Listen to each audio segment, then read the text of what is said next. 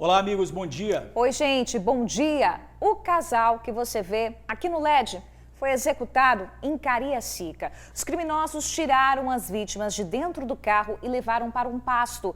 Os filhos, duas crianças, estavam no veículo da família. E olha, por muito pouco, os filhos não viram a execução dos pais. O crime ainda é um mistério. As vítimas não tinham problema com ninguém. Era por volta de 8 da noite quando o crime aconteceu. Os corpos foram encontrados em um pasto em Cariacica. Moradores informaram que as vítimas, identificadas como Adilson José de Freitas e Leidiana dos Santos, moravam em Campo Verde e tinham uma empresa de reciclagem. De acordo com moradores da região, o casal que estava dentro desse veículo foi tirado por criminosos e foram levados para longe das crianças que estavam com eles, para depois eles serem executados. A criança de 5 anos era filha do casal e a de 11, filha da Leidiana de outro relacionamento. Leidiana, de 38 anos, e o Adilson, com 56, viviam juntos há cerca de 9 anos. E, de acordo com o filho e a nora dele, o casal não tinha problema com ninguém. No último final de semana, o casal chegou a ir a um evento de motociclistas. Na foto do perfil, ele exibia paixão por motos e nas redes sociais da Leidiana, ela fazia registros de passeios com o companheiro. Familiares estiveram no local do crime e reconheceram os corpos. As crianças que estavam com o casal foram levadas para a casa de parentes. De acordo com a polícia, ainda não há informações sobre o que motivou a execução do casal. Olha, a Suzy Faria acompanhou esse caso hoje cedo, ela já está aqui ao nosso lado. Ô Suzy, já existe alguma linha de investigação para esse caso chocante? Sim, George, a polícia tem pelo menos uma linha de investigação e seria latrocínio, assalto seguido de morte. O casal teria sido sequestrado, viu? Eles não estariam passando aí pela rua como foi o primeiro entendimento ontem. Na verdade, eles foram tirados de dentro de casa, levados para esse local junto com os filhos e aí executados. Eu cheguei aí hoje pela manhã lá no comércio, que também é a casa desse casal, que fica em Campo Verde, a cerca de 2 quilômetros do local da execução. E falei com alguns moradores ali que hoje descobriram o que tinha acontecido com esse casal que trabalhava com reciclagem. Vamos acompanhar aí a matéria que eu produzi hoje pela manhã lá em Campo Verde, onde o casal morava. Estou revoltado com uma coisa dessa. São os trabalhadores, trabalham nessa vida de reciclagem que não é fácil, leva a reciclagem dele lá onde que tem um depósito, leva e traz para lá e para cá e fica nessa correria. Se a gente estivesse aqui agora, estava naquela correria, a gente trazendo reciclagem. Não! Assim estão os moradores vizinhos do casal que foi assassinado ontem à noite no bairro Planeta, em Cariacica. A família morava aqui, no bairro Campo Verde, nesta casa, onde também funcionava o comércio deles, um comércio de reciclagem. Negócio que Adilson Freitas, de 56 anos, tinha começado há 1 ano e que tinha a ajuda da mulher Leidiane Maria Santos, de 38. Muitos moradores só ficaram sabendo hoje do que aconteceu. Aí a surpresa foi maior. Eu vim para ele buscar meu material, o resto do material, cheguei ali, a menina, a empregada dele, disse, Manuel, acabou. Só falou comigo assim, acabou aqui. Aí eu perguntei, por que, minha filha? Aí ela passou a notícia para mim. Nossa, eu fiquei muito chocada. Muito mesmo, porque eu sempre passo por aqui e sempre estou vendo os dois juntos trabalhando. Os 3 assassinos invadiram essa casa no final da tarde. Renderam Adilson, Leidiane e os 2 filhos do casal, um de 4 e o outro de 10 anos de idade. Roubaram o que quiseram, mas na hora de sair, ao invés de ir embora, acabaram levando o casal no próprio carro, junto com os 2 filhos. O que eles não sabiam é que estavam sendo levados para a morte. 2 quilômetros depois de terem saído de casa, os assassinos pararam com um carro nesta rua. Disseram para as 2 crianças que estavam no veículo que só iriam conversar com os pais delas. Trouxeram o casal aqui para baixo e mataram os 2 nesse ponto. As crianças dentro do carro ouviram os disparos e saíram correndo aqui pela rua pedindo socorro, até que os moradores ligaram para a polícia. Mas sabe um fato curioso em toda essa história? Até agora, as crianças não sabem que os pais morreram. As crianças estão com o filho mais velho de Adilson e, de acordo com um parente, os dois estão traumatizados e, por isso, ainda não têm conhecimento do que aconteceu. O carro em que a família estava foi comprado recentemente, o primeiro que o comerciante tirou da concessionária. O negócio estava prosperando. Para a polícia, o casal foi vítima de latrocínio, mas entre os moradores há a possibilidade do crime ter sido cometido por vingança. É que Adilson teve um problema com um ex-funcionário que teria roubado um equipamento dele. O comerciante foi reclamar com os traficantes locais. O ladrão foi pego por eles, levou uma surra e prometeu se vingar. Ontem, inclusive, os policiais chegaram aí na casa deste ex-funcionário, mas não o encontraram. Para quem conhecia o casal, resta a dor por um crime tão brutal. Eu me senti muito mal. O pobre trabalhador, uma mãe, deixar duas crianças nas costas dos outros, gente. Poxa, isso é triste. Isso é triste. Os moradores daquela localidade estavam todos surpresos, estarrecidos com um crime tão brutal. O casal teria sido retirado desse local aí com os 2 filhos, depois que os ladrões reviraram ali a área e levados para serem executados. Na rua onde o fato aconteceu, os moradores não conversam, não querem se envolver. Mas longe das câmeras, contaram que o carro foi deixado um pouco mais adiante, ali na subida do morro, enquanto o casal foi levado para aquele local ali. E olha, tem muitas casas ali. Tudo bem que a rua fica deserta, mas muita gente ouviu os disparos e nenhum grito. Muita gente. A polícia acredita em latrocínio porque alguns objetos pessoais, dinheiro, cartão foram levados. Porém, ainda não descarta a possibilidade dessa história aí de ser uma vingança de um ex-funcionário. A informação que temos é que esse caso será investigado pela Delegacia Patrimonial, exatamente por ser uma tentativa, ou melhor, um latrocínio. E que, portanto, a Patrimonial já estaria fazendo um levantamento lá na área para tentar localizar os 3 indivíduos que participaram dessa execução cruel dessas 2 pessoas e que ficaram aí os filhos dentro do carro ouvindo tudo o que está acontecendo.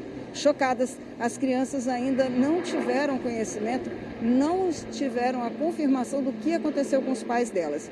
Estivemos no local onde as crianças estavam hoje e lá fomos informados que eles tiveram dificuldade para dormir e que ainda estariam dormindo devido a todo o trauma que passaram na noite de ontem. Então a polícia já está à caça e se você tem algum detalhe que possa ajudar a polícia a desvendar este caso e a prender os 3 envolvidos, que acione aí o 181, ajudando a fazer justiça por um crime tão brutal, tão cruel como foi esse George Bruna. Crime muito cruel mesmo, ainda mais envolvendo essas crianças que vão carregar esse trauma para a vida inteira. Então a gente vai aguardar as investigações e torce para que o responsável seja pego aí pela polícia, né? Suzy, obrigada pelas informações. Daqui a pouquinho você volta, você tem informações sobre uma operação que aconteceu em São Benedito. Daqui a pouquinho você está de volta, minha amiga. Vamos seguir com o TN1, gente, porque mais de uma mulher foi agredida aqui no estado, tá? Em Vila Velha, uma jovem levou socos e chutes dentro de um carro de aplicativo. O responsável pela agressão seria o ex-namorado. Pois é, para a polícia, ela contou que ele é usuário de drogas. Agressões e ameaças. Tudo isso aconteceu dentro de um carro de aplicativo. Toda esta confusão aconteceu por volta das 10 horas da noite desta segunda-feira, aqui na praia de Itaparica, em Vila Velha. Segundo os militares que atenderam a ocorrência, foi o ex-namorado que agrediu essa mulher, com puxões de cabelo, socos no rosto e até apertando seu pescoço. Essa confusão teria sido presenciada pelo motorista que transportava o casal. De acordo com a PM, quando eles chegaram ao local, foram informados pela vítima que o homem é usuário de drogas. A polícia tentou conversar com ele, mas relatou que o agressor estava muito alterado. A caminho da delegacia, ele ainda ameaçou a vítima, dizendo que, caso fosse preso, iria matar a ex-namorada e toda a sua família. O caso foi entregue no plantão especializado da mulher em Vitória. O rapaz de 34 anos foi autuado em flagrante pelos crimes de lesão corporal, injúria, perseguição, ameaça e desobediência. Ele foi levado para o centro de triagem de Viana. Olha só, 3 pessoas foram detidas por furtar mais de 30 celulares numa loja de Guarapari. Muita coisa, né? Entre os suspeitos, uma adolescente de 16 anos. E vejam só, o grupo veio da Bahia só para cometer furtos. E após os crimes, eles voltavam para lá para dificultar a investigação da polícia. A equipe de investigação da delegacia de Guarapari passou a suspeitar do homem de 45 anos, pois contra ele já havia histórico de roubo e suspeita por outros 2 roubos em cidades próximas. Ele tinha antecedentes criminais por roubo, com uma condenação por roubo inclusive, e era suspeito da prática de outros 2 roubos de celulares em procedimentos ainda não concluídos. Depois do homem de 45 anos, mais um suspeito foi localizado. O homem de 33 anos foi identificado como motorista do carro usado no roubo, um modelo Spin Prata. No vídeo é possível ver como ele age. O veículo chega a passar 3 vezes em frente à loja de utilidades antes do assalto acontecer. E foi através dele que outros 2 envolvidos foram identificados. Um homem de 26 anos, suspeito de ser o receptador dos aparelhos, e uma menor de 16 anos, que cometeu o assalto junto com um homem de 45 anos. A partir dos relatos prestados por ele, nós chegamos até a residência na qual os 2 autores do crime vinham se abrigando. Eles não vinham morando efetivamente em Guarapari, mas vinham há 2 semanas habitando um imóvel residencial neste município, na companhia de outras pessoas, dentre as quais uma outra adolescente oriunda do estado da Bahia. A ação dos criminosos aconteceu no último dia 29. Eles levaram cerca de 31 aparelhos celulares e o prejuízo é de R$27 mil.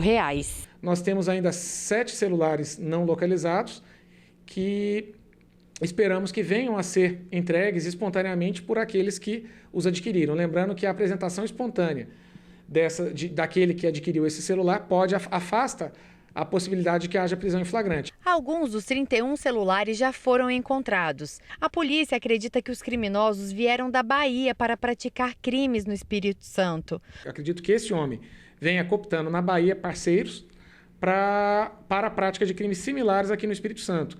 Ele alega ter vindo para Guarapari há 2 semanas, mas é apontado como suspeito de roubos praticados em março, em julho, nesses mesmos moldes. Morando na Bahia e vindo para o Espírito Santo ocasionalmente, certamente ele dificulta a investigação, qualquer investigação a ser realizada em desfavor dele. Pois é, importante reforçar o alerta da polícia. Quem devolver o celular de forma espontânea à delegacia não corre o risco de ser preso por receptação. Agora a gente fala de uma mega operação da Polícia Federal que prendeu um traficante aqui no estado. A repórter Vanessa Calmon, ao vivo agora, vai trazer todos os detalhes para a gente. Vanessa, boa tarde para você. Muito boa tarde, Bruna. Boa tarde, Jorge. Boa tarde para todo mundo que nos acompanha. Pois é, essa mega operação da Polícia Federal acontece aqui no Espírito Santo e também em outros 8 estados da federação. É uma operação, gente, para desarticular uma grande quadrilha, uma organização criminosa que atua nesses 9 estados do Brasil. Uma organização que principalmente aí comercializa drogas e também armas. Esse traficante que foi preso aqui no Espírito Santo, de acordo com a Polícia Federal, seria um grande vendedor de drogas aqui no estado. Ele comercializava os entorpecentes lá no Triângulo Mineiro e também aqui no Espírito Santo. Ele foi preso, então, durante essa operação que foi chamada de Balada. Agora, essa grande quadrilha chama a atenção por conta mesmo dessa organização. É uma quadrilha que atua nesses 9 estados do Brasil, que já fez mais de 2 bilhões de reais justamente por conta dessas práticas ilícitas, e a Polícia Federal já estava na cola dessas pessoas há muito tempo. Durante essa operação, que foi deflagrada hoje, né, em todos esses estados, mais de 200 mandados de prisão foram cumpridos e também mais de 240 mandados de busca e apreensão. Muitas pessoas que integravam essa quadrilha estão sendo presas justamente para tentar desarticular. Agora, além da venda de drogas, que de acordo com a Polícia Federal acontecia em todos esses estados, o que eles faziam, gente? Eles compravam insumos para a produção principalmente de cocaína. Só nos últimos 2 anos, nos últimos 7 meses, a polícia, durante as investigações, descobriu que eles compraram uma quantidade de insumos para a produção de mais de 11 toneladas de cocaína. E aí, olha só o que acontecia. A droga vinha do Mato Grosso do Sul, Pará e Rondônia. Ficava armazenada no Triângulo Mineiro e depois ela era comercializada em estados principalmente como Minas Gerais, Goiás, Espírito Santo e Rio de Janeiro. Agora, durante as investigações da Polícia Federal, eles descobriram que essa mesma quadrilha também é suspeita de comercializar armamento pesado. E para esconder todo esse dinheiro, por exemplo, esses 2 bilhões de reais que foram movimentados aí nos últimos 2 anos, essa quadrilha se utilizava de empresas de fachada e também lavagem de dinheiro. Essa operação começou na manhã de hoje, vai seguir durante todo o dia nesses 9 estados do Brasil e o que a polícia espera é conseguir cumprir todos esses mandados de prisão e esses mandados de busca e apreensão. Bruna e George. Tá certo, Vanessa. Obrigada, tá? Pelas informações, minha amiga. Bom trabalho. Olha, gente, um vigilante que matou uma idosa com um tiro na cabeça em Guarapari vai responder por 3 crimes. Marco Antônio Iraci, de 50 anos, foi autuado em flagrante pelos crimes de homicídio, tentativa de homicídio e resistência, segundo a Polícia Civil. Ele é acusado de matar a idosa Vanilda Correia, de 64 anos, com um tiro na cabeça, enquanto ela passeava com um cachorro perto de casa, no bairro Ipiranga, em Guarapari, na tarde de domingo. O vigilante foi encaminhado ao Centro de Detenção Provisória de Guarapari. E olha, teve a operação da polícia hoje bem cedinho em São Benedito Vitória. Já vamos chamar a Suzy Faria, que tem mais detalhes pra gente. Ô Suzy, teve algum detido aí nessa operação? Teve sim, Jorge. 2 pessoas, uma delas seria do bairro da Penha. A operação foi realizada hoje de manhã pelo Departamento aqui de Homicídios e Proteção à Pessoa, foi coordenada aí pelo delegado-chefe Romualdo Gianordoli, e essas 2 pessoas foram detidas no cumprimento de mandado de prisão. A operação abrangeu não apenas o bairro da Penha, como também Gurijica e São Benedito. De acordo com o delegado, um desses detidos do bairro da Penha ainda faria parte de uma operação que aconteceu há alguns dias, a Sicário, onde 16 pessoas foram detidas, pessoas inclusive aí com cargos importantes, né, na organização criminosa ali do PCV. Esse seria mais um desses que teriam sido, vamos dizer assim, deixados para trás porque não tinha sido pego naquela data. O delegado Romualdo Gianordoli ainda não conseguiu um tempinho para falar com a gente, porque ele está nos procedimentos dessa operação e disse que ainda pode ter novidades com relação ao que aconteceu hoje, essa operação de hoje, lá em São Benedito, Gurijica e também bairro da Penha. Jorge, Bruna. As informações, hein? Olha, 2 pessoas morreram em um grave acidente na BR-101 em Aracruz, no norte do estado. O casal morava em Sooretama e voltava de uma consulta médica em um carro da Secretaria de Saúde do município. Berlindo da Conceição Freitas, de 56 anos, fazia tratamento de câncer em Vitória. Maria das Graças Eliseu, de 60 anos, acompanhava o marido. O veículo em que eles estavam bateu de frente com um carro que fazia uma ultrapassagem irregular. O casal morreu na hora. O motorista da prefeitura teve várias fraturas e foi socorrido para um hospital de Aracruz. O outro condutor seguia para Vila Velha e não se feriu. Agora, 12h13, a gente fala do caladão das redes sociais, gente, porque ontem as 3 maiores redes sociais deram um chá de sumiço global, tá? O problema foi em todo mundo. Pois é, muita gente ficou desesperada, né? Por 2 motivos. Por ser viciado, mas tem gente também que trabalha com a rede social. Você ficou no prejuízo ou gostou do detox das redes sociais? Foi um dia aí que muita gente ficou no vácuo. Não é isso, Matheus? Boa tarde para você.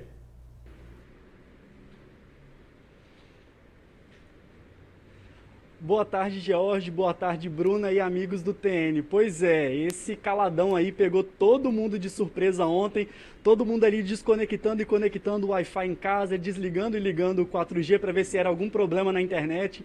Mas mais tarde a gente teve essa notícia aí de que o WhatsApp, o Instagram e o Facebook tiveram aí esse pane em todo mundo que causou um desespero, né, nas pessoas.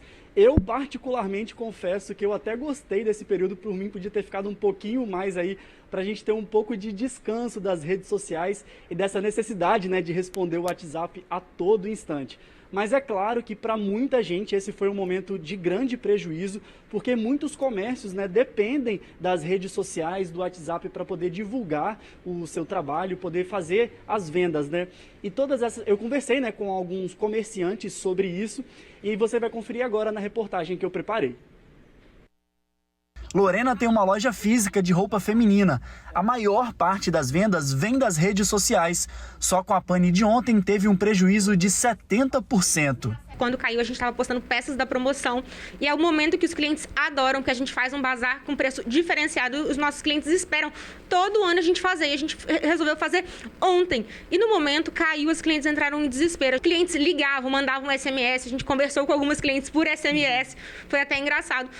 Alguns ligaram via FaceTime para tentar garantir a peça. Só que, assim, afetou muito o nosso faturamento de ontem, exclusivamente por causa disso. O movimento através do WhatsApp é tão grande que 3 funcionárias trabalham nesse atendimento. Quando cai uma rede dessa, que a gente é a nossa fonte principal de faturamento, a gente entra em desespero, literalmente, a palavra é desespero pra gente, porque tudo depende de WhatsApp, tudo depende de rede social. Hoje a gente trabalha muito forte com o Instagram, então a gente posta diariamente, o nosso seguidor sente essa falta. No dia em que as redes sociais mais utilizadas deram uma pane global por mais de 6 horas, o que será que os usuários dessas plataformas acharam? A gente sente falta, até porque a gente usa o WhatsApp para trabalhar, mas foi ótimo, acho que foi um detox. O dia acabou rendendo um pouco mais. Para mim afetou bastante porque eu trabalho no consultório. Então a maioria dos pacientes que agenda com a gente agenda pelo WhatsApp. Até para trabalhar tem um pouco de dificuldade, porque às vezes a gente tem que falar com alguém do trabalho, né? Uhum. E por telefone é um pouco ruim falar por telefone. Eu acho que a gente perdeu o costume de falar por telefone, né? Uhum. E por rede social acaba sendo mais rápido. Essa outra empreendedora tem uma loja online de artigos para bebês e passou por dificuldades. Foi um dia praticamente perdido para nós, né? Para nossa empresa, foi um impacto muito grande. Nós não conseguimos apresentar os nossos produtos, postar, né, que a gente utiliza o Instagram. O atendimento ao cliente ficou paralisado, nós não conseguimos finalizar vários atendimentos que estavam acontecendo no momento que saiu do ar. Nossos clientes também ficaram esperando alguns produtos e a gente não conseguiu finalizar, né, então a gente não fechou venda. Tivemos problemas com o contato com os nossos motoboys, então as nossas entregas também foram afetadas no dia de ontem. Foi assim, um caos, né? O Facebook, o WhatsApp e o Instagram começaram a apresentar problemas por volta da 1h30 da tarde desta segunda-feira. E quem entrava nos aplicativos recebia as mensagens de erro e aquele famoso conectando eterno. Esse especialista explica o que pode ter acontecido. Trata-se de uma falha de um servidor de DNS, que é um servidor que facilita, né, as rotas, os endereços de internet. Talvez tenha sido a falha mais longa, né, registrada na história das redes sociais, mais de 6 horas de interrupção, e muitos usuários sentiram o impacto aí dessa parada.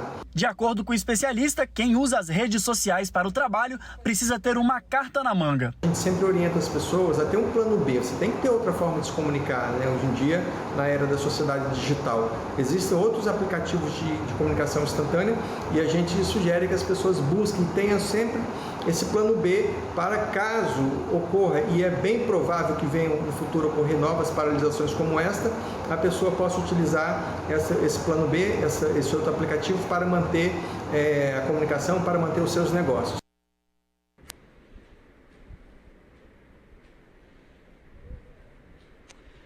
Pois é, Bruno e George, vocês viram aí que a situação foi bem complicada para esses comerciantes, né? A gente viu várias piadas em outras redes sociais sobre esse momento que a gente estava vivendo e também quando as redes voltaram, né, à conexão normal, a gente viu muitas piadas sobre isso, mas realmente foi um momento, né, de muito prejuízo.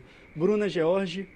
Pois é, muito prejuízo, o nosso especialista ali falando, né, que para ter um plano B, mas a gente sabe que as redes sociais, o WhatsApp principalmente, foi o plano B. Sim. Durante essa pandemia para muita gente, ajudou muito e a gente vê a importância que ele tem.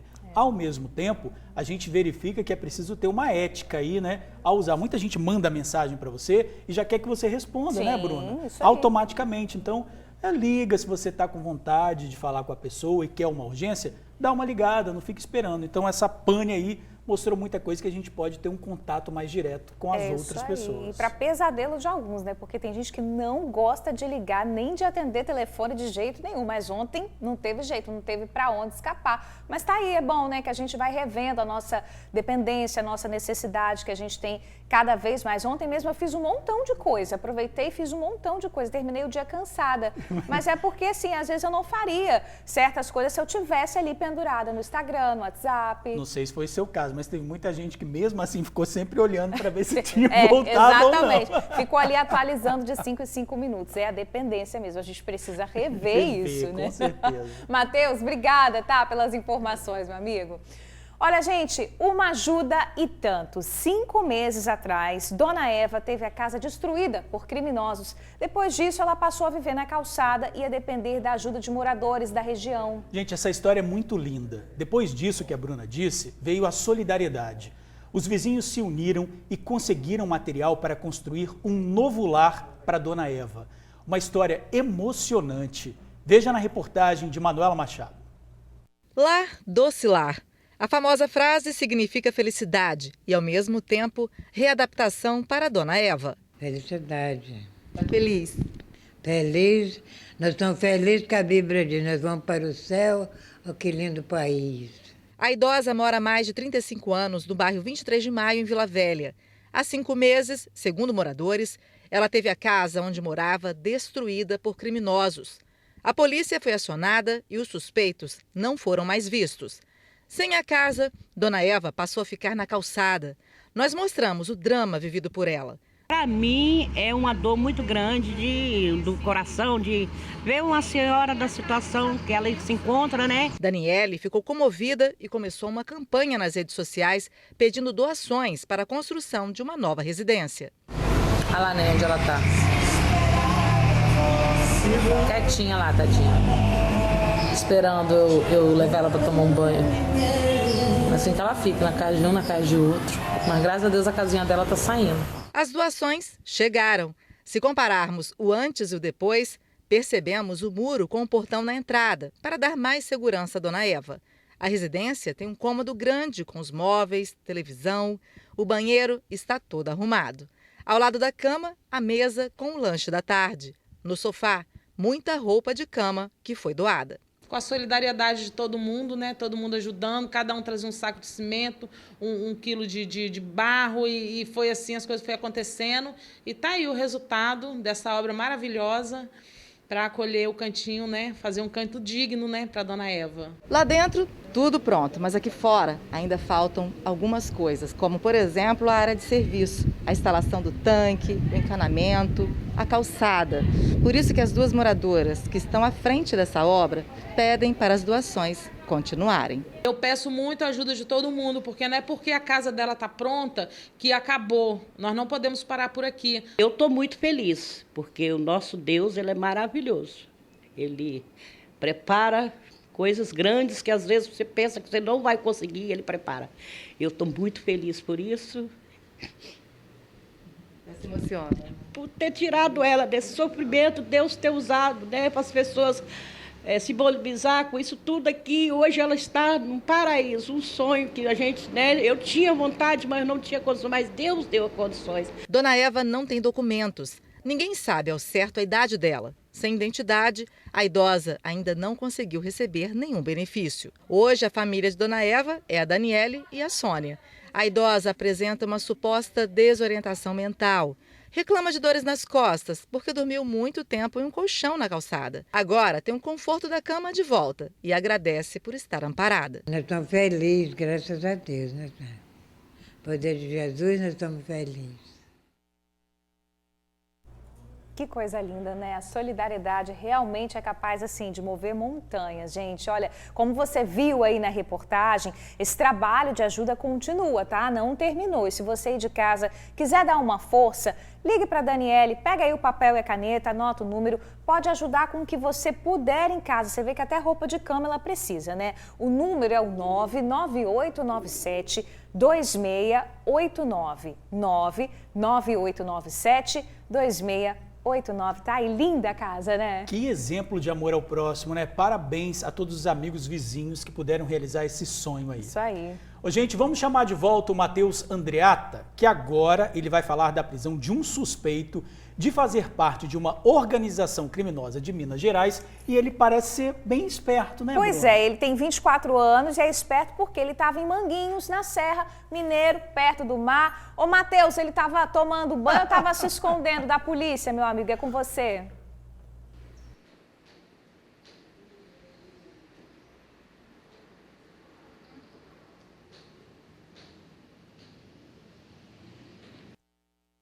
Fugido para cá, para o estado, pensando, né, que ia conseguir escapar dessa prisão. A polícia, então, do Espírito Santo prendeu um dos criminosos mais procurados lá de Minas Gerais. Segundo a polícia, ele de extrema periculosidade. O Wallace Martins dos Santos, de 24 anos, apelidado de Saboroso. Ele era chefe de uma organização criminosa de Governador Valadares, lá em Minas Gerais, e estava envolvido em vários crimes. Ele veio para o Espírito Santo há mais ou menos 2 meses. Estava foragido, né, da polícia lá do estado mineiro e já tentou estabelecer, né, o tráfico de drogas no bairro Vila Nova de Colares, lá na Serra. A prisão ocorreu no bairro Manguinhos, na Serra, né? E durante a ação, outras 2 pessoas também foram presas com ele. Lucas Adriano Barbosa de Oliveira, de 23 anos, que tinha um mandado de prisão por roubo, e um suspeito de 20 anos que não teve a identidade divulgada pela polícia. A gente vai ouvir agora a entrevista com o delegado Rodrigo Sandimori, que trouxe detalhes sobre a prisão de Wallace. O Wallace, conhecido como Saboroso, ele era um dos indivíduos mais procurados do estado de Minas Gerais e o mais procurado de Governador Valadares. Ele é líder do primeiro comando de Era Nova, PCE, responsável pelo tráfico da região e também por diversos homicídios, latrocínios e roubos naquele município. Ele se encontrava com mandado de prisão em aberto por homicídio lá no estado de Minas Gerais e foi preso no dia 1 de outubro, em um condomínio no bairro Manguinhos, juntamente com outros 2 indivíduos, após recebermos as informações da Polícia Civil do Estado de Minas Gerais. Levantamos o endereço em que esses indivíduos se encontravam e realizamos a prisão de todos eles no interior de um apartamento em um condomínio no bairro Manguinhos. No local foi apreendida uma pistola calibre 380 na posse de um dos indivíduos, além de 2 documentos falsos. Um em posse do Wallace e outro na posse do Lucas, que também se encontrava com mandado de prisão em aberto por roubo aqui no estado do Espírito Santo.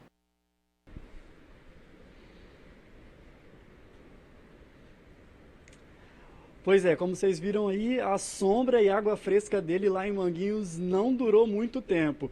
E um outro criminoso também foi preso no dia 4 de agosto, no bairro Vila Nova de Colares. De acordo com a polícia, ele pertence à mesma organização criminosa que foi presa lá em Manguinhos. Ravel Cristiano dos Santos, de 20 anos, ele é suspeito de ser autor de um latrocínio ocorrido no dia 22 de julho, no mesmo bairro. A vítima desse latrocínio, de nome Cristiano, ele comercializava armas para os traficantes. Em uma dessas vendas, ele chegou lá no local e foi surpreendido por Ravel, que deu um tiro na cabeça dele, na frente da esposa e da filha de apenas 6 anos. Em seguida, ele roubou as 2 armas que o Cristiano ia comercializar para ele, dinheiro e um celular. Esses 4 indivíduos, então, faziam parte da mesma facção criminosa, o primeiro comando de Era Nova, o PCE, e todos eles estavam foragidos da polícia lá de Minas Gerais. E, de acordo com o delegado também, a polícia agora está trabalhando em conjunto com outros estados para poder montar um cerco e prender esses criminosos que transitam, né, de um estado para o outro para tentar fugir da prisão. Bruna, George... É verdade, não deu certo, né? Queria aí usufruir do produto ilegal aí que ele desenvolveu lá em Manguinhos, mas um balneário super movimentado, super querido aí pelos capixabas. Foi pego, né, Bruna? Aqui não, meu querido, aqui não, vai pra cadeia. Obrigada, tá, Matheus, pelas informações. Olha, tem ladrão se passando por entregador de lanche para assaltar. Vê se pode, né? Isso tem acontecido no bairro Vila Isabel, em Cariacica. Olha, gente, por lá os moradores reclamam da onda de furtos e roubos. Os relatos de insegurança são cada vez mais frequentes. A aparente tranquilidade das ruas no bairro Vila Isabel, em Cariacica, é só aparente mesmo. A situação por aqui não está nada fácil para os moradores. Na última semana, 3 mulheres que estavam nesse local, onde fica um ponto de ônibus, foram assaltadas por um criminoso. Este senhor, que mora por aqui há mais de 50 anos, até tentou ir atrás do bandido junto com outro morador. Um perigo. Quando chegou na esquina, eu fui de carro, o colega de moto, eles viraram para trás e atiraram. Atirou para cima. Achamos que estava com uma arma de brinquedo. Se não bastasse isso, na mesma semana, dias antes, a motocicleta do José Fernando foi furtada. A ação do criminoso foi registrada todinha pelas câmeras. O bandido chega por volta das 2h05 da manhã, usa um equipamento para destravar a motocicleta e depois ele vê que ela está acorrentada. Vai até o carro, que estava lhe dando cobertura, e de lá tira um alicate. Olha só. Já com um capacete, ele segue levando o veículo. Um susto danado para o morador. Só tinha a corrente e o cadeado. Dá raiva sim, sabe? Porque é um bem que a gente trabalha, né, para conquistar. E chega a pessoa assim, acho que é fácil, né, e acaba levando. Há poucos meses, esse comerciante, que prefere não mostrar o rosto, chegou a ser amarrado quando bandidos roubaram a sua mercearia e o carro dele também. Essa última vez agora me levaram meu carro, entendeu? Entraram lá dentro da minha garagem, tiraram lá a força, entendeu? Levaram mercadoria, entendeu? Me amarraram. E a gente fazendo um apelo para as autoridades, né? Uma providência para dar mais um pouco de segurança para a gente. O morador aqui de Vila Isabel, em Cariacica, além de toda a criminalidade e a violência, não tem um minuto de paz, porque agora existe uma espécie de armadilha para poder assaltar as pessoas que vivem por aqui. É o seguinte, o criminoso, numa moto vermelha, ele passa aqui pelas ruas e começa a buzinar como se fosse um entregador de lanche, de marmita. Nisso, o morador vai até o portão para ver o que é. É nesse momento que o marginal aproveita para assaltar a pessoa. Fique de olho. No final das contas, a população está sentindo uma coisa só: insegurança. Por aqui está todo mundo com medo e receio, é claro. É que a tranquilidade está só aparente mesmo. E o policiamento? É fraco. É difícil passar. Você fica o dia todo aqui, não passa uma viatura aqui. Tá difícil, hein? E ao contrário do que os moradores disseram, a Polícia Militar afirma que faz o patrulhamento diário no bairro e desenvolve ações de abordagens, cercos táticos e visitas tranquilizadoras. A PM lembra que o reforço no policiamento é feito com base no mapa do crime. Por isso, a importância de acionar uma viatura em caso de emergência e registrar também a ocorrência na delegacia.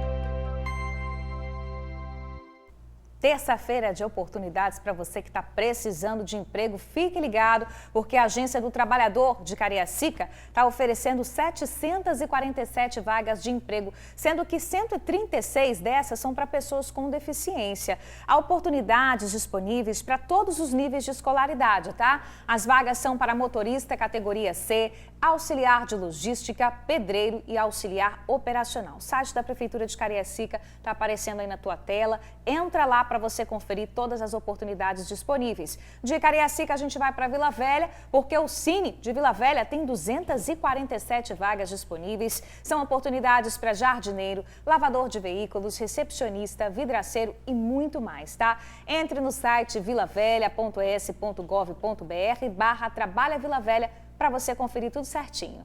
E a seguir, o golpe aplicado em locadoras de veículos. O suspeito do trambique alugava os carros e depois roubava. Governo notifica trabalhador que deve devolver dinheiro do auxílio emergencial. As informações em 1 minuto. Estamos de volta agora, 12h34, e a gente já fala de um golpe em locadoras de veículos no Espírito Santo. Um homem que faz parte de uma associação criminosa foi preso. Ele é suspeito de usar documentos falsos para roubar os veículos alugados. Vamos falar ao vivo com a repórter Vanessa Calmon, que traz os detalhes desse assunto para a gente. Vanessa, é com você. Ei, Bruna e George, oi também para você que nos acompanha em casa. Olha, esse golpe deu um prejuízo em tanto para uma locadora de veículos aqui de Vitória, inclusive, que perdeu mais de R$100 mil, porque teve 3 veículos levados por essa organização criminosa, sendo que um deles foi recuperado pela polícia durante a prisão desse suspeito que tem 26 anos. O que acontece é o seguinte, gente, até então as investigações da polícia apontam que esses criminosos são de Minas Gerais. E como que eles atuam? Eles saem de Minas, vêm aqui para o Espírito Santo com documentos falsos. De acordo com a polícia, inclusive, é quase imperceptível detectar alguma falsificação no documento, tá? De tão perfeito que eles são. E aí eles apresentam esses documentos falsos que têm a foto dos criminosos, mais nome de outras pessoas. E aí, em posse desses documentos, eles apresentam esses documentos e conseguem alugar o veículo. E aí, pegou o veículo, sai do veículo com uma locadora, dá um cartão, como um calção, né, que a gente chama, e esse cartão também é falsificado. E aí eles saem da locadora. A partir daquele momento, eles já não voltam mais com o veículo. Eles entregam esse veículo para uma outra pessoa, eles sempre atuam de 2 em 2, e aí essa outra pessoa já foge com o veículo para um outro estado aqui do Brasil, principalmente para Minas, Bahia e São Paulo, e o outro criminoso que estava aqui no Espírito Santo vai embora de ônibus. E aí, gente, esses suspeitos conseguiram dar esse golpe em várias locadoras de veículos, não só aqui no Espírito Santo, tá? Mas também na Bahia, também em Minas e também em São Paulo. A informação da polícia é que eles já atuaram em todos esses 4 estados. E aí, aqui no Espírito Santo, então, a polícia tem informação dessa locadora de veículos, que teve 3 veículos no mesmo dia que foram alugados por esses criminosos, só que um deles, então, a polícia conseguiu interceptar em uma rua aqui de Vitória, e esse criminoso acabou preso de 26 anos. O outro criminoso que estava junto com ele na ação conseguiu fugir. Então, agora, a polícia trabalha para localizar esse outro criminoso que conseguiu fugir e para saber também quem é que está receptando ou encomendando esses veículos que estão sendo roubados das locadoras. E, para isso, a polícia pede ajuda da população, tá, gente? Se você tem uma empresa de locadora de veículos, teve o seu veículo levado, sofreu algum tipo de ação criminosa como essa, você deve entrar em contato com a polícia. Hoje cedo, a Polícia Civil deu uma coletiva de imprensa falando um pouco mais sobre essa quadrilha, sobre como ela atuava e sobre a prisão desse suspeito. Vamos ouvir o que disse o doutor Gabriel Monteiro.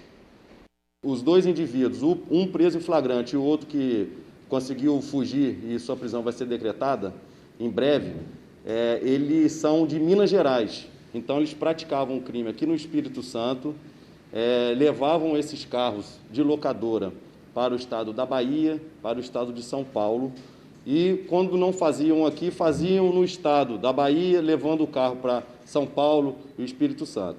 Só aqui nós temos uma vítima com 3 carros desviados, então um prejuízo acima de R$100 mil.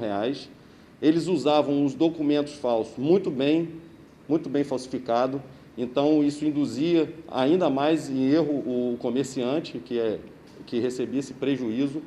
Ele usava sua foto, só que com dados de outras pessoas, o que poderia até prejudicar as pessoas de bem que têm o seu nome colocado em um documento falso. Então, foi uma prisão qualificada, por isso sua prisão em flagrante foi decretada em prisão preventiva, porque eles vinham cometendo isso, então, para garantia da ordem pública e da ordem econômica, ele foi preso preventivamente. Pois é, para a polícia, então, esse suspeito de 26 anos confessou o crime e disse, inclusive, que ele recebia uma quantia de R$ 1.500 por cada carro que ele conseguia alugar. Ou seja, só em um dia, né, aqui no Espírito Santo, ele conseguiu aí cerca de R$ 4.500. É por isso que a polícia quer saber quem são esses receptadores, quem são essas pessoas que encomendam esses casos, para aí sim a polícia então conseguir fechar esse caso. Bom, esse suspeito ele foi autuado em estelionato e falsificação de documento público. Agora é importante a gente deixar um alerta aqui também, gente, porque esses criminosos, eles utilizavam as fotos deles mesmos, mas nomes de outras pessoas. Então, muito provavelmente, por exemplo, se ele alugou um carro em seu nome, né, o aluguel do carro, essa dívida toda fica em nome da vítima, tá? Então é importante que, se você ficou sabendo que o seu nome foi utilizado para uma compra ou para uma outra coisa que você não fez, é importante que você procure a polícia e faça também, registre um boletim de ocorrência dizendo que o seu nome foi usado ou o seu documento foi falsificado, usado indevidamente, tá? Isso é muito importante para que isso não recaia sobre a vítima. Eu volto aí no estúdio, Bruna e George. Tá certo, Vanessa, quanto transtorno, né, esses criminosos não causam. Obrigada pelas informações, minha amiga. Olha, gente, matou porque não ganhou dinheiro para comprar drogas. O crime foi em Barra do Riacho, em Aracruz, mas a suspeita, uma mulher de 49 anos, foi presa no bairro Ulisses Guimarães, em Vila Velha. A investigação feita pela polícia de Aracruz mostra que a mulher era amiga da vítima, um homem que foi esfaqueado com um golpe na coxa. Ele se negou a dar dinheiro para a amiga comprar bebidas e drogas. A mulher confessou o crime, mas disse aos policiais que não tinha intenção de matar. Ela foi encaminhada para a delegacia de Aracruz.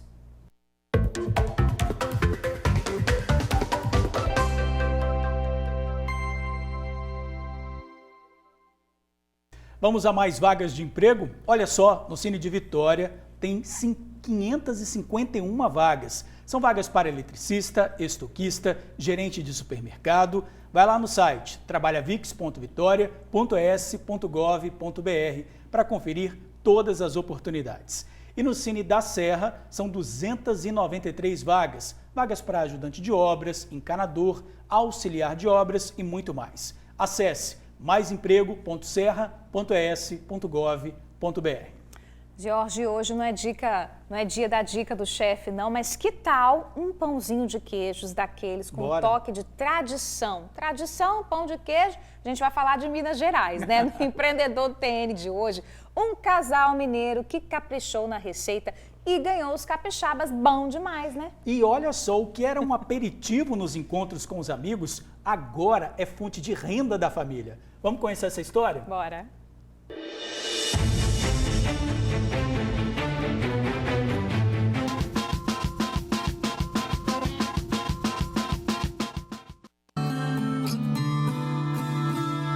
Cafezinho com pão de queijo, tem combinação melhor? Bom demais da conta, senhor. Isso aí todo mineiro não tem como negar, tá no sangue mesmo, pãozinho de queijo, faz parte da nossa tradição, é raiz mesmo. Pelo sotaque você já sabe de onde é o Rodrigo, né? Minas Gerais, terra do pão de queijo, aquele tradicional com queijo de verdade, crocante por fora, macio por dentro. E foi buscando referência nas suas raízes mineiras que o Rodrigo e a esposa, também mineira, desenvolveram uma receita diferenciada de pão de queijo, completamente artesanal.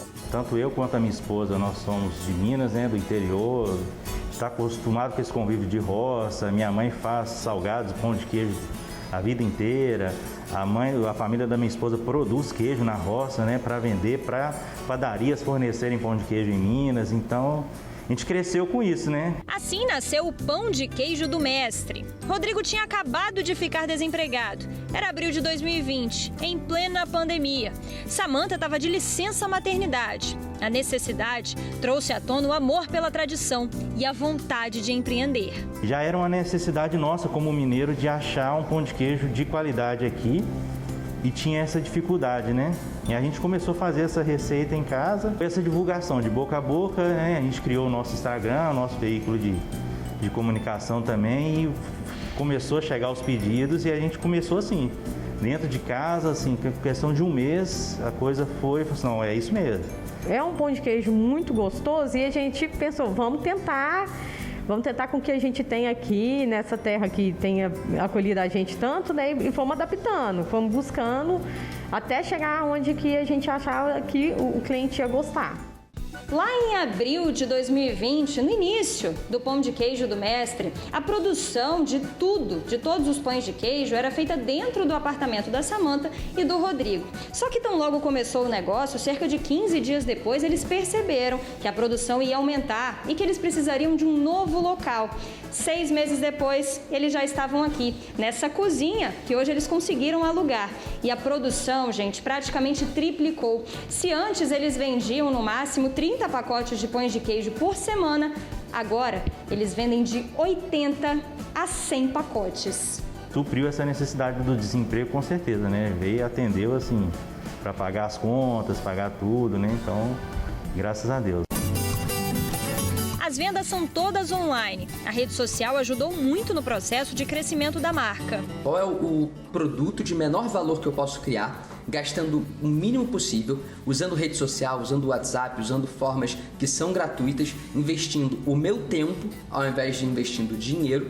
Depois de validado, né? Se eu pensei em como aquilo ali pode crescer em escala usando a internet, usando as redes sociais, eu tenho um bom negócio na mão que não vai acabar com uma pandemia, por exemplo. Mas o pão de queijo do Mestre ainda tem muito o que crescer. A próxima meta é fornecer os pães de queijo para padarias, mercados, cafeterias. Então a gente tem essa intenção de chegar nas padarias e nos mercados, de alcançar esse público para as pessoas conhecerem o nosso produto, realmente verem que é um produto de qualidade e consumir o nosso produto.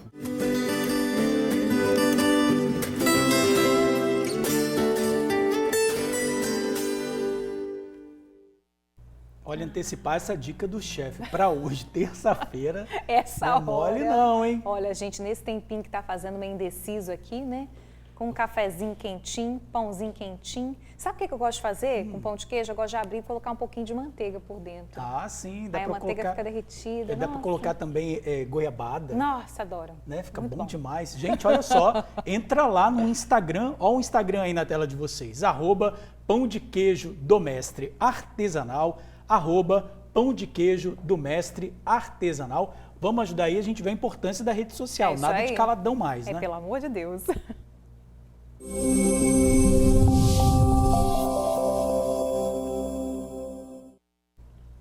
Previsão do tempo continua para hoje o alerta de chuva e ventos fortes aqui no estado, tá? Esse aviso do Instituto Nacional de Meteorologia vale para 21 cidades capixabas. A aproximação de uma frente fria aumenta a nebulosidade e as temperaturas vão diminuir. De acordo com o INCAPé, chove fraco em alguns momentos do dia, no noroeste e também na Grande Vitória, além da região sul serrana, com possibilidade de pancadas de chuva com trovoadas e queda de granizo. Na Grande Vitória, a temperatura mínima de 23 e a máxima de 29. A gente vê as imagens lá de fora, tá um pouco nublado ao mesmo tempo, né? Esse tempo não dá trégua, né? Granizo de novo. Verdade. Pelo amor de Deus. Mas ele tá precisando de chuva, né? É bom para comer o pãozinho de queijo aí do nosso Chuva amigo. sem granizo. Sem granizo, pelo amor de Deus. Pessoal, enfrentar um câncer não é fácil. É uma luta diária. E a presença e o apoio da família e dos amigos são fundamentais para o tratamento. Cuidar da autoestima também é muito importante. E outubro é o mês, né, de conscientização sobre o câncer de mama. Então hoje nós vamos conhecer a história da Mara. Veja aí na reportagem de Vanessa Calmon.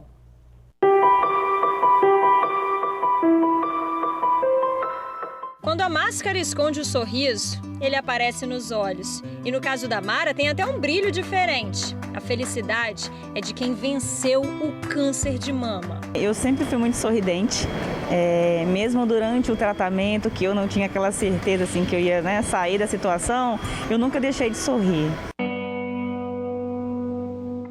Mara descobriu o câncer em 2019, aos 32 anos, quando sentiu um nódulo na axila e em pouco tempo já começou o tratamento. Perdeu o cabelo, mas nunca perdeu a força e a vontade de viver. Quando a doutora Virgínia falou para mim, antes da primeira sessão de quimioterapia, olha só, você vai perder os seus cabelos, eu falei, vai me sobrar a vida?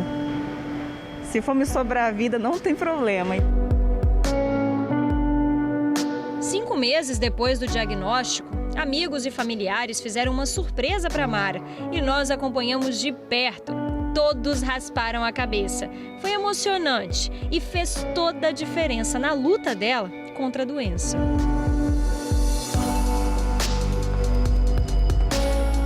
A união dos meus amigos, né, o cuidado da minha família também. Os meus pais se mudaram para minha casa praticamente para cuidar de mim bem de pertinho. Os meus amigos se juntaram de uma forma, sabe, tanto em oração como em cuidado, fizeram escala para me levar para o hospital, me buscar. Então isso é muito gratificante, eu sou muito grata por eles, sabe. Hoje a Mara é uma das homenageadas nessa exposição de fotos que acontece em um shopping em Vila Velha. Ela e outras 14 mulheres que estão em tratamento ou já estão curadas do câncer de mama participaram de uma sessão de fotos para pacientes do Hospital Evangélico de Vila Velha. O resultado está nessa exposição de fotos. Durante todo o mês de outubro, mês de conscientização sobre o câncer de mama, as histórias da Mara, também da Maria Aparecida e até mesmo da Elisama serão contadas assim, em fotos. Para mim foi uma oportunidade, né, de mostrar para outras mulheres que a gente consegue levar uma vida normal, né, apesar da doença. Quando você bota uma maquiagem, faz uma foto, você vê a sua imagem, com certeza, acho que toda mulher sabe o que eu estou falando, sabe? Aquele lá no fundo daquela satisfação, muito bom.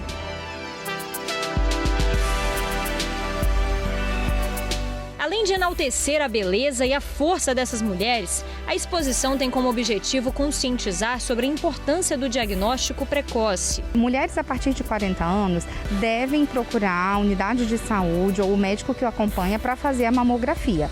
Mas a gente sabe que pessoas que têm história familiar devem sim procurar auxílio e acompanhamento antes disso, preferencialmente a partir dos 35 anos. A médica dá dicas de como fazer o autoexame. A melhor maneira, na minha opinião, é durante o banho. Porque como o corpo está molhado e tem o sabonete que acaba deslizando, né? A gente passa o sabonete no corpo, a paciente acaba conseguindo escorregar a mão pelas mamas em movimentos circulares de uma maneira mais fácil, porque está escorregadio. E ali, se ela faz isso sempre, se ela se habitua, nem que seja assim uma vez por semana, uma vez no mês que seja, quando surge alguma coisa, caso surja, ela vai perceber, ela pode não identificar o que é, mas ela vai falar, olha, eu faço sempre, minha mama está sempre de um jeito, de repente hoje está de outro. Isso pode ser um alerta para ela. As chances de cura para quem descobre a doença ainda no início são muito grandes. Depois de curada, muita coisa mudou na vida da Mara. Até a carreira, tá? A cozinheira agora estuda para ser técnica de enfermagem. Quer ajudar outras pessoas, assim como ela foi ajudada. Para mim, eu quero ajudar as pessoas da forma que eu fui ajudada, da forma que eu fui tratada. Sabe? Eu até botei outro dia uma frase na minha rede social, assim, que a minha vida sirva para ajudar muitas outras vidas. Que eu seja também, que eu tenha capacidade de ajudar quem precisa nessa situação.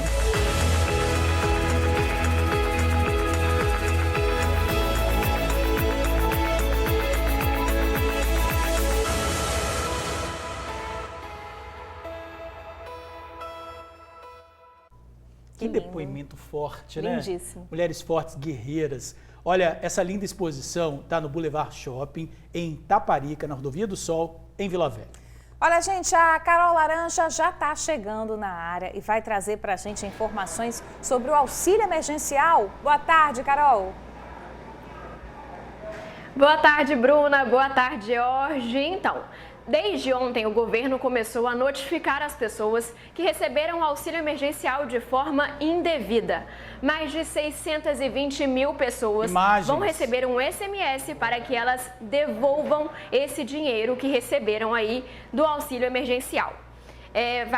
Essas pessoas vão receber a notificação até essa terça-feira e esse dinheiro foi um recurso usado pelo governo para ajudar as pessoas durante esse período de pandemia.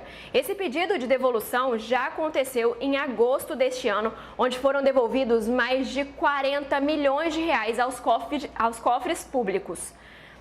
As pessoas que estiverem em situações irregulares e que receberam auxílio emergencial de forma indevida ou até mesmo agiram de má fé vão receber essa notificação e deverão devolver esse dinheiro ao governo federal.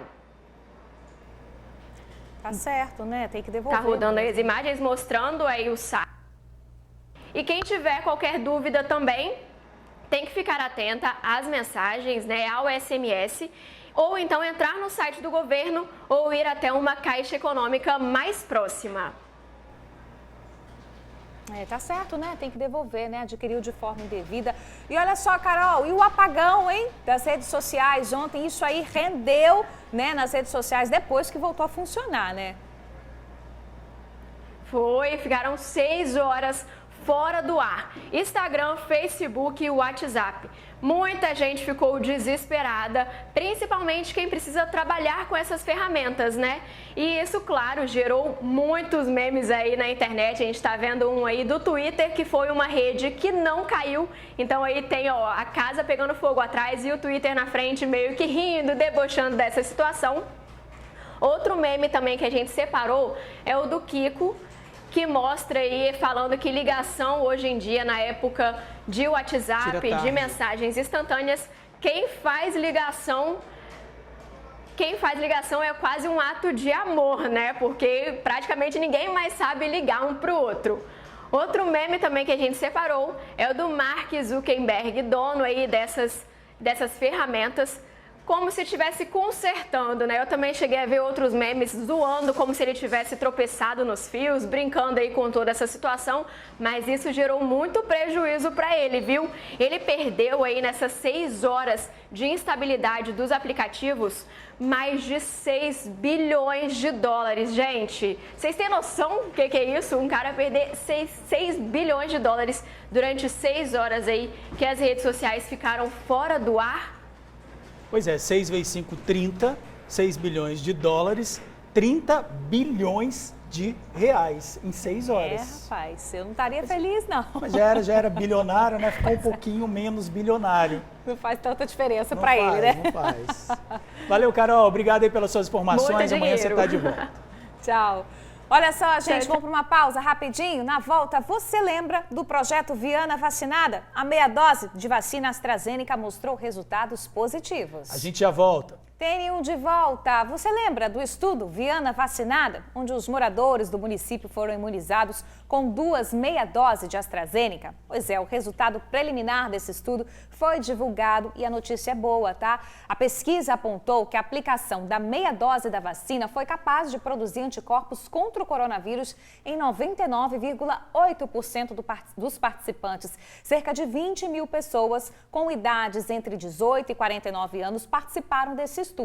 A primeira meia dose foi aplicada em junho e a segunda em agosto. O resultado preliminar do estudo vai ser publicado só em dezembro, mas já foi apresentado ao Ministério da Saúde em Brasília.